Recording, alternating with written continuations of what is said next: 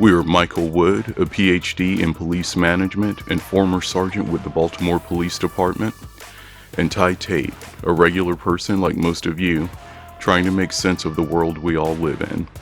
A world where what you don't know can hurt you. This is Wood and T on the POV. Okay, cool. All right, so following up from our last little discussion here, talk to me, how do well-meaning policies allow for racist outcomes? What does that even mean, and where do these policies come from? All right. So in our previous discussion, I highlighted that this would be episode 3, but it's really episode 2 because I don't know how to properly plan a flow of something. It makes much more sense to do it this way. So change of gears from my brain. How do good policies result in racist outcomes? And I really want to be careful to not diminish the good work that lots of individuals have done that were very much well intended. I mean, some people will argue that integration was a terrible thing for the black community. And I wouldn't want that position, no matter how solid it was, if it was solid, to diminish the work that Martin Luther King did to integrate everybody. You know, these are kind of opinions and we don't really know the particular outcomes. But what I will say is that there's an old saying that it's hard for one person to act foolishly, but for a bunch of people, it's really easy. So an individual is smart, but people are really dumb. And I still want to be very adamant that I want to state that the idea that Black Lives Matter too is very relevant, but I warned then, and I think it became very true, that the efforts of good intentioned people in this recent event is an example of something that's been hijacked, and the official organization of Black Lives Matter has always seemed to have nefarious intentions. So you always had this kind of official group of authoritative people that had the organization, and then you had these very good-natured people who were on the street, ground-level activists who have been doing this for years and years and years and years, trying to align the policing to be more what they wanted in their community. And now you can see how at the current time it has kind of been taken over and hijacked by the official organization who gets their message out more than anyone else and collects the donations. The donations don't go to the ground level people. And I think everybody involved that's like donating thinks that they're going to be giving money to the people that matter. And it's going to be going to these ground level groups that do things. So that's an example of how it kind of manipulates and can affect all of us. But what I really want to get into is how there is a problem with thinking let's say, misconstruing the opposite, thinking something is the opposite when it's really just a mirror image. And this is where I would say, why would Hitler, bringing him up again, why would he love Black Lives Matter? And I believe Hitler would absolutely love the ideology behind Black Lives Matter, even though we have all these good intents involved in it. And that's because Black Lives Matter as a base group is a white supremacist and racist ideology that holds the same beliefs that Hitler and other racial and ethnic supremacists believe. And so let me explain this. The order of oppression. If you believe in oppressed class, there is an order that comes up. And so if you're Black Lives Matter or you're Antifa, who's another example of how the movement's been taken over, you claim to oppose these certain things like oppression, like racial supremacy. If not in intent, you definitely do an action. Now, this applies to, within these ideologies, to genderism, to colorism, to sexism, to sexuality. This is where the term intersectionalism comes from. But since race is the main topic with Black Lives Matter, I want to stick with just the race idea. So if you limited it to just race, the ideology of the general Black Lives Matter, now granted, I'm talking about the hijacked version, not what some kid on the street in the hood is talking about. So you would have a list, and they will tell you this list is something like the descendant of slaves are the most oppressed. then it's Black Americans, then it's African Americans, then it's brown immigrants, then it's the brown indigenous, then it's Asian people, then it's white people who are the least oppressed. The problem is that this is not an image of anti-something. This is just a mirror image of white supremacy and the ideology of Hitler, which would just reverse the list and say that the people who are the best are white people, then Asians, then brown indigenous, then brown immigrants, then African Americans, then Black Americans, then the least of us is the descendants of slaves. Those are aligning beliefs and ideologies. One is reversing the list and saying these are the least valuable people, and the other one is saying these are the most valuable people. These are mirror images, not opposites of one another. So I just want everybody to see how what can seem to be fighting the problem on the outside is actually perpetuating the very problem you claim to be wanting to fight, even with good intentions. And I'm not saying that somebody that has these beliefs of oppression, I'm not saying they're aligned with white supremacist beliefs. And I don't believe that they have this in their intent. But a good-hearted person can understandably want to work to fight something and support someone who is or claims to be a victim of oppression. And again, on an individual level, that works. But once you bring it into a collectivist ideology, like the Marxism or the intersectionalism ideologies that have been integrated into Black Lives Matter, then you come with a movement that really started when I was involved from the very beginning. This was about getting police officers to serve their community. And now it became to take police officers away from their community when for all of history up until 2019, this has never been a point of discussion among any Black activists that I have ever heard of. It's been about having control of the police and making sure that they serve as an operation that uplifts the community, because they recognize there is a need for when the shit hits the fan, somebody's got to come in and be the arbiter. Now, what matters is who is in charge of that being an arbiter. And I'll give you some other prominent examples of this on how these good intentions. The crack and cocaine sentencing disparity is one where people talk about all the time. It has these clear racially biased outcomes. But most people don't know that this was created with entirely good intentions, with people like Farrakhan and Sharpton and other, I'm going to put super air quotes when I say Black leaders around those kind of names.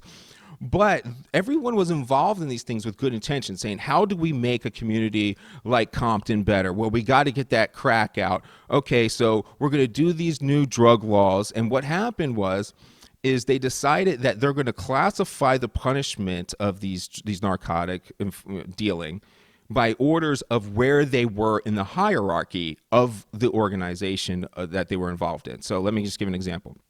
So if you're selling coke, at that time, most people buying cocaine were like white people, upper class, like even lower class white people really don't dabble into cocaine. Cocaine is a thing that's rather expensive.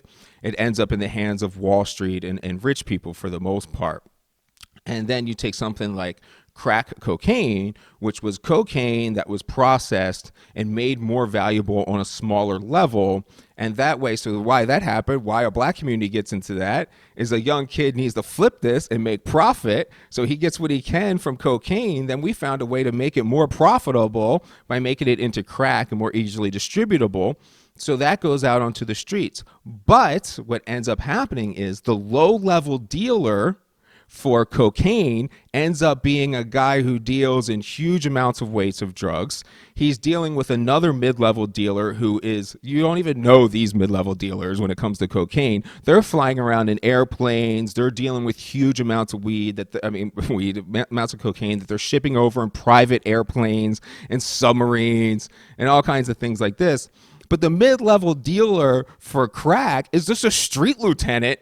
It's like the oldest dude with the most street cred within a 3-mile radius That's a mid-level dealer, some 22-year-old. So what ends up happening is the mid-level dealer for cocaine gets the same punishment as the mid-level dealer of crack, but the mid-level dealer of cocaine, because of a long history, some things cultural, but a lot of it just being where wealth is in the country, ends up being a bunch of white people. So you see them getting arrested with pounds and pounds and getting what seems like a small sentence. But then the mid-level dealer of crack is dealing in small amounts. They got 20 hits and they're doing the same amount of prison time. And that ends in an obviously racially disparate outcome, but had all these good intentions. I mean, I think COVID response is another good example of these things.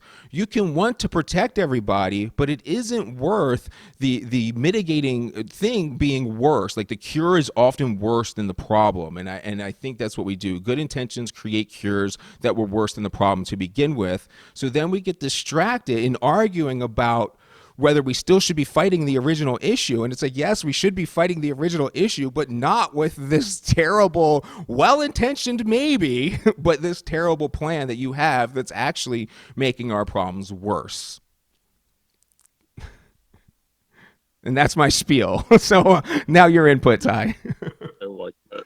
It's a good analogy. Well, let me ask you this then. What about in regards to policing? How do we end up with what appears to be racist outcomes from policing, let's say a shooting or a killing, or even just where the police are? As far as like how many police are in a particular neighborhood, how do we have these outcomes that certainly seem racist, even though the people involved intended a better outcome, a positive outcome? How do we get what people refer to as like over policing, or all these killings of Black people that we see, and on a regular basis? Okay, there we go. For seemingly no reason. So how are we seeing, or why are we seeing that, and how did we get to these bad outcomes despite having good intentions? Yeah, I mean, this has been a lot of my work, getting into the data and trying to figure this out. I mean, I started a long time ago wondering the same thing. How am I sitting out here doing these things that now that I stand back and I realize that I've done some more harm in a lot of these situations when I was intending to be good? How did this happen? And one of the things I've come across recently, which is another thing that's obvious on the surface, but for some reason we're just not thinking about it, and that's that police don't actually just universally respond to a community or what they respond to. You think on the surface is even calls, but that's not even necessarily true. It's the nature of the calls that matters. And police respond to violence. That's actually what they respond to. So if you have what happens is police are empowered to enforce all these laws, and they're judged by these laws. So if you go out as a cop, I had to go out and arrest people. If I went out in Baltimore and I didn't arrest anybody, then my bosses would be saying, "Hey, bro, what are you doing? Why aren't you locking people up? You got to be out there. You got to be working." And that's what they're judged by. So that's an incentivization system that we can all be like, well, what are cops supposed to do? Well, cops are supposed to find crime and lock people up. Almost everybody on the surface would agree with that as what police are supposed to do. But where we get tripped up is we respond to violence.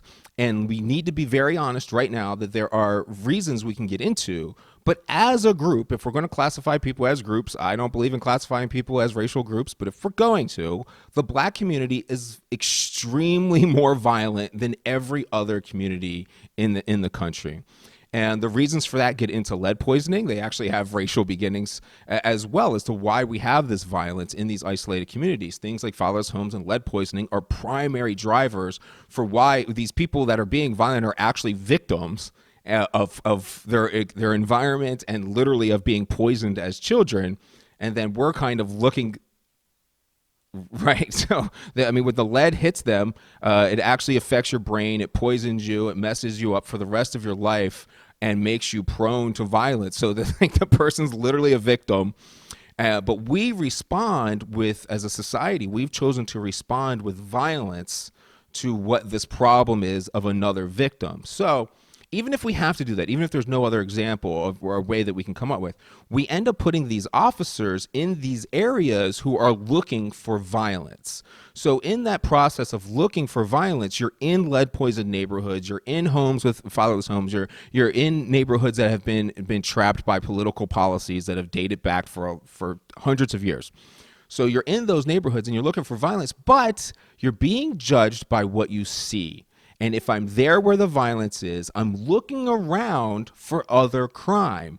And so then when in a typical suburban neighborhood, if a person can walk down the neighborhood, it doesn't matter whether they're white or black, in a typical suburban neighborhood, they can walk down the street, drinking a beer, go to their friend's house, crack open another beer, turn around and walk home, and absolutely nothing is going to happen.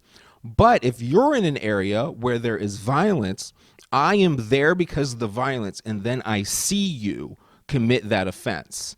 And so then I arrest you or I give you a citation, and then that obviously costs you money, costs you time, and it starts this cycle when our criminal justice system doesn't rehabilitate people. It's not necessarily that there's any bad issues that are intense. It's like you're pushing somebody into a system. I think there's a big problem with cops not seeing the full system. We kind of feel like we make the offense, we see the offense, we write it down, we hand the person off. We don't see what happens on the rest of that pathway. And I think learning a lot of that pathway helped me kind of take a more empathetic approach to what I was actually sending this person down as a pathway when I decided to enforce something. But all these good cops, I mean, the good kid growing up in the city his whole life who wanted to go make a difference, the black kid growing up and became a cop, he's going to do these same things because his grandmother doesn't like that guy drinking the beer, walking back and forth to his house. And that's true in the suburban neighborhood too, but there's nobody there in time and nobody looking to do anything about it. And when somebody's right there, that's just how we end up doing it. The cops get judged by arrest, they're standing by violence, and then everyone that's a victim by being in a neighborhood with violence becomes more of a victim because of this. Does that make sense? It does. It does. I'd like you to talk a little bit more about that pathway to more violence, that pathway to more poverty when you choose to enforce a law.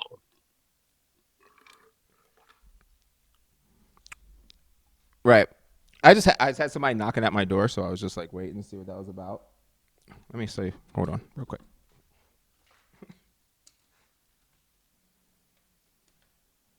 I'm back. I'm a little excited. That was my drone coming in.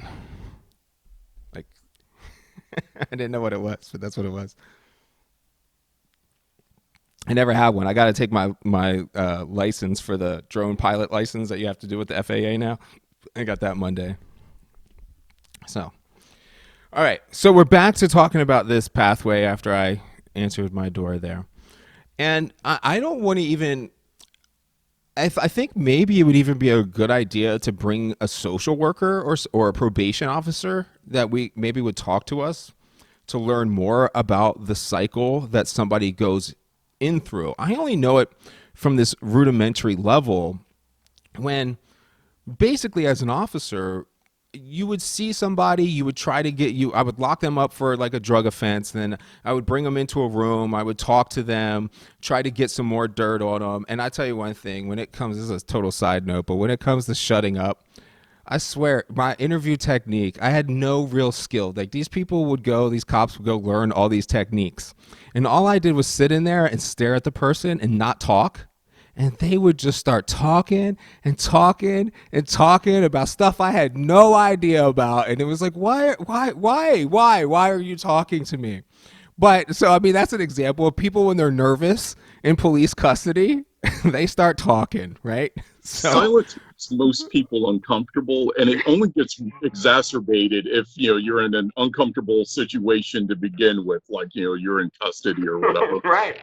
Most people they aren't educated enough about that whole process to just shut up or ask for a lawyer, one or the other. I think a certain amount of people, just by being placed into that situation, would end up incriminating themselves over something just because of the scenario. And that seems small, but when somebody like me, I mean, I was average for the hard workers. I mean, there's like there's the 80-20 rule in policing, like there is in most other things. 80% of the people do absolutely nothing, and maybe we all kind of actually like those cops because they don't mess with anybody or actually do anything. And then 20% of them actually do most of the work that you see out there. And so of the 20%, I was middle of the pack. And in my 10 years, I only ended up spending what you can consider really like 4 years on the street. Because once you're a supervisor and stuff, you're not out there making arrests anymore and stuff, right? So between training and when I was a supervisor, in that small window of like 3 or 4 years, I arrested nearly 400 people. And sure, so let's say 10% of the people completely crack under police questioning.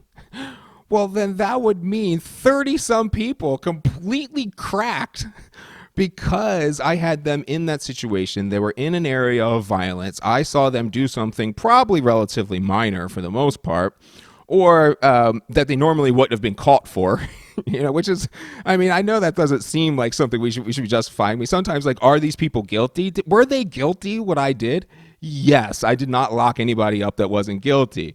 The problem is that I know that if you investigate me and my friends in the same manner, well, we're going to be guilty too. So it's not about whether it's there who is violating the law and more or not. It's about where the police are looking. And I think what's sad is that we're in control of where the police look. So, I mean, they're not there. Does anybody really think that there's more drugs on the typical poor person in Baltimore than there is on the upper elite middle class person that goes to Wall Street and day trades all day? Come on, they got a lot more drugs on them than we do. It's just not the way it works. So police aren't out there actually investigating crime. They're responding to violence and observing crime in the process. And even when you're doing investigations like the drug war and cannabis being illegal, the main argument from police side and police unions isn't that cannabis actually isn't harmful. It's that cannabis and drugs have a known correlation to violence. That's because they're illegal and they're underground, but that's a separate argument. And so that they have this connection between the guns and the violence. So they don't want to give up this easy entrance into somebody's life who may be violent. So they want to lock somebody up or pursue them for minor drug offenses so they can dig into their life. And the intent is to try and stop the violence. It is not to put this particular individual into prison, but the result ends up being to put this particular person into prison, take away voting rights. If it comes to like disenfranchisement like that, you're talking about jobs in the future, things like that. I mean, personally, most people don't know about this yet, but some do. I had felony charges out on me for a long time because of protesting in North Dakota. And during that time, I mean, I couldn't get jobs or anything like that either, just because I was like technically a wanted felon, I guess. So, yeah. Right. And I had never even faced those charges. I was still, innocent until proven guilty was just not even an actual thing when it came to employment and how I was being looked upon for the job search. So those things, little things like that, just really compound in somebody's life. And especially when, so an example in Germany, I don't know whether it's the whole country or it's just some towns or counties. I mean, they have their speeding tickets and things like that, which I call violations, not actual crimes. We have to distinguish between violations and crimes one day. But theirs is done off of a percentage of the person's income or their wealth. So there was this really rich guy who famously got like $1 million speeding ticket because he was only doing like 20 miles per hour over the speed limit. But we have to remember that a $75 speeding ticket to some people is like $1 million speeding ticket to that guy. And little things like that just really, when you're on the edge, police I think we all view as police as something in the system that should kind of push you to the good side when you're on the edge. But as long as we have a system that's based on punishment and vengeance, we're always trying to push you on the bad side of that system and punish you in some sort of way instead of pushing you onto the good side. And I think it would be a really good idea to bring somebody on that knows the inner workings, especially of a jail guard or something like that, because we all know stories. Khalif Browder is a well-known story of how a kid that's relatively, I mean, did he steal the book bag or not? I don't know. But the point is he was a very minor, like no history of violence on this kid. And then he goes into prison, and because of the prison environment and needing to defend himself, he ends up with charges on top of charges on top of charges for things that happened in prison for just merely stealing a book bag. Even if he was guilty, we can see that putting somebody into a situation where they're now going to just rapidly snowball downhill, that is not some form of rehabilitation. I really don't think it's what anybody intends, but it's what we're doing.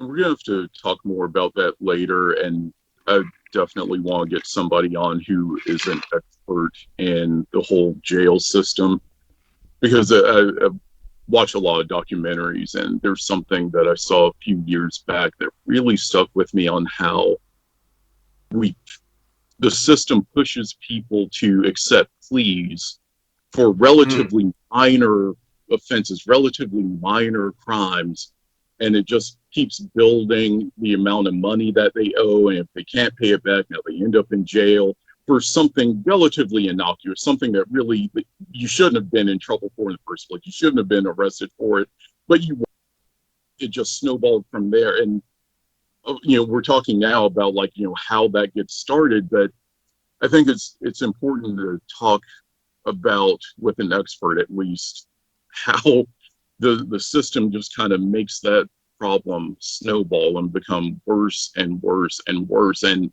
it's like the system is simply there to put people in debt, and then if you can't pay the debt, then you become incarcerated because the system makes money off of people being incarcerated.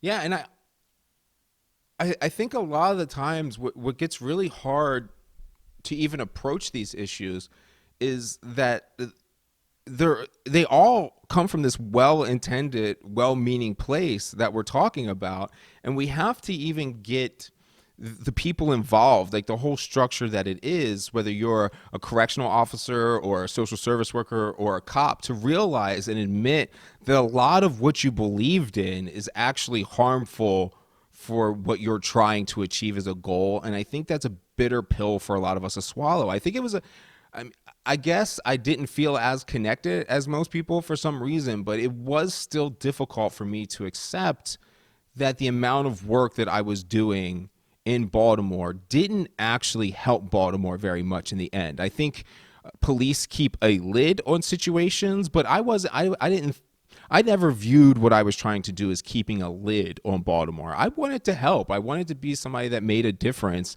But we can see now that throughout all these years, if you take Baltimore just as an instance, we're not doing anything. Nothing is improving. The murder rate was at an all-time high per capita in Baltimore last year. So we've literally been failing. I don't know who we have to convince, but I mean, the data is very clear that when it comes to improving these particular neighborhoods in high crime areas, we've completely failed in that without a question.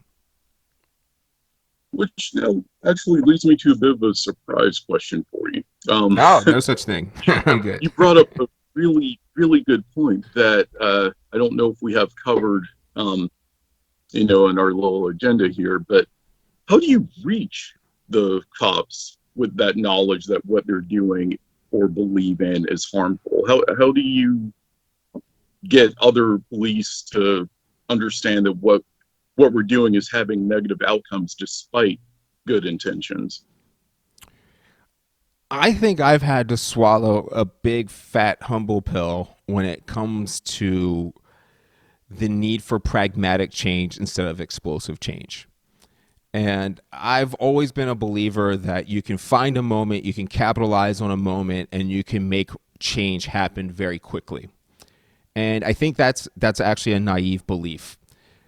I think when we even look at the past and we say, well, look what Martin Luther King accomplished in this short period of time, that's not true, and it's really a lie, and it diminishes all the work that thousands and thousands of people had to do to set MLK up for the opportunity to what seemed to enact rapid change. There was so many other people involved in that don't have any credit or any spotlight. I think the same is true of the LGBT movement, or at least the gay marriage movement. Let's isolate it to that. I mean, that seemed to have rapidly become something that everybody accepted, but that's just simply not true, too. There are tons of gay people that have been going around for decades and decades and decades, getting into music and culture and subtly changing everything so that we were ripe for the time. And so right now, what I see, whether it's all of my evidence when it comes to scholarly stuff or when it comes to just lived experience that I've been dealing with, I really think that you have to take a pragmatic effect and you have to put everything in place for when the time is there. We are not in control of when society is ready. We have to have all of our ducks in a row for when that time comes. And that may be your kid, that may be your grandkid. I don't know. It could be 200 years from now. But these pieces have to be laid in place. And I think the history of any radical change has shown this for the most minor of things. I mean, Galileo was talking about the sun being the center of the solar system. They executed him for it, or kept him on house arrest for the whole rest of his life for it. And it still took hundreds, if not thousands of years for everybody to come around to the fact that, oh yeah, I think we need to change our perspective and move. So if Galileo was thinking, oh, this is all pointless, I'm not getting anywhere, we would have all missed out. So I think that we really need to focus more on a local level and what you can do in your individual community, what you can do in your town. And whenever you change the towns, those things spread. And I think it's really difficult to enact something like national or statewide change, but it's really, really easy to enact local change. I mean, we've seen various examples. One that I've been complaining about lately is I think Portland just put in a horrendous effort to try and provide civilian oversight for police, which is really just a power grab for the city council to take control of the policing more away from the people than they ever were, under the guise that they're creating a civil board of the people, when it's really just a board of those in power, working for those in power, which is a power grab by them. I think that stuff kind of happens a lot at a local level because it's so easy to enact change at a local level. And I've been thinking this myself. Like I've talked about even becoming a defense attorney, because how much more would I achieve pragmatically? How many lives would I actually achieve versus doing all this stuff, whether it's writing papers or doing articles or doing podcasts talking about these things, which would actually be more effective? And I don't think maybe there's not one that's more wrong or the other. It's just that everybody has to be kind of going towards this goal and viewing victory as something that may not be, or is actually probably very unlikely to be in your lifetime. You can get legal precedent that does make for pretty quick change. But yeah, it's a good question. Which is more effective overall?